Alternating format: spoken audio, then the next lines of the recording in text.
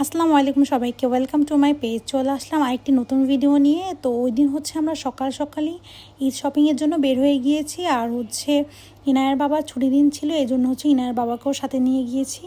তো আমরা ধানমন্ডির দিকে গিয়েছিলাম। তো ওখানেই ক্রাফট বিল্ডিংটা ছিল। তো ভাবলাম যেহেতু সামনে পড়েছে তো একটু এখানে ঢুকি, কিন্তু ওখানে ঢোকার সময়ও লাইন ছিল। আর ভিতরে যেয়ে তো দেখি অবস্থা আরও খারাপ।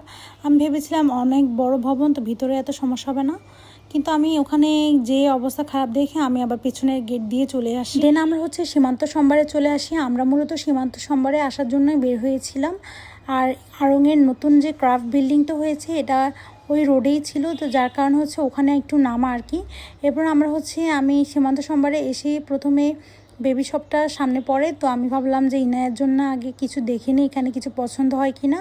আর আমি মাঝে মাঝেই ইনায়ার জন্য বেবি শপ থেকে ড্রেস কিনি। ওদের ড্রেসের ফেব্রিক কোয়ালিটি ভালোই আছে মোটামুটি। তো আমি আগেই কালেকশনগুলো দেখছিলাম যে কেমন কালেকশন। আর বলতে গেলে সীমান্ত সম্বর আমার খুবই কম যাওয়া হয়, তো আমি দেখছিলাম আগে কালেকশনগুলো ওদের কেমন।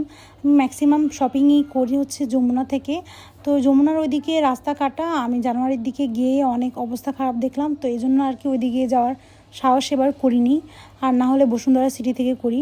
তো ভাবলাম যে সীমান্ত সম্বারে যাই এবার। আর আমি একজনের কাছে শুনলাম যে সীমান্ত কালেকশনগুলো ভালো, তো এই জন্য আর কি আসা। আর এখানে যেটা আমি খেয়াল করেছি ওদের একটু বার্গেনিং করা যায়। আর যমুনা বা বসুন্ধরা তো একদম ফিক্সড প্রাইস যেটা থাকে ওটাই নিতে হয়।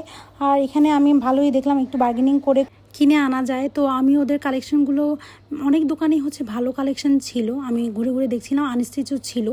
আর ওদের কাপড়ের কোয়ালিটিও মোটামুটি ভালোই ছিল। আর জিতুর এই ড্রেসটা পছন্দ হয়েছে। এরপর আমি ওখানে ভোগ ছিল, ভোগে গিয়েছিলাম। ওখান থেকে আমরা একটা ইফতার দাওয়াত ছিল, ওটাই অ্যাটেন্ড করি। ইনায়ার বাবার আর কি ফ্রেন্ডের বাসা ওইদিকে, তো আমাদের জন্য ভালো হয়েছে।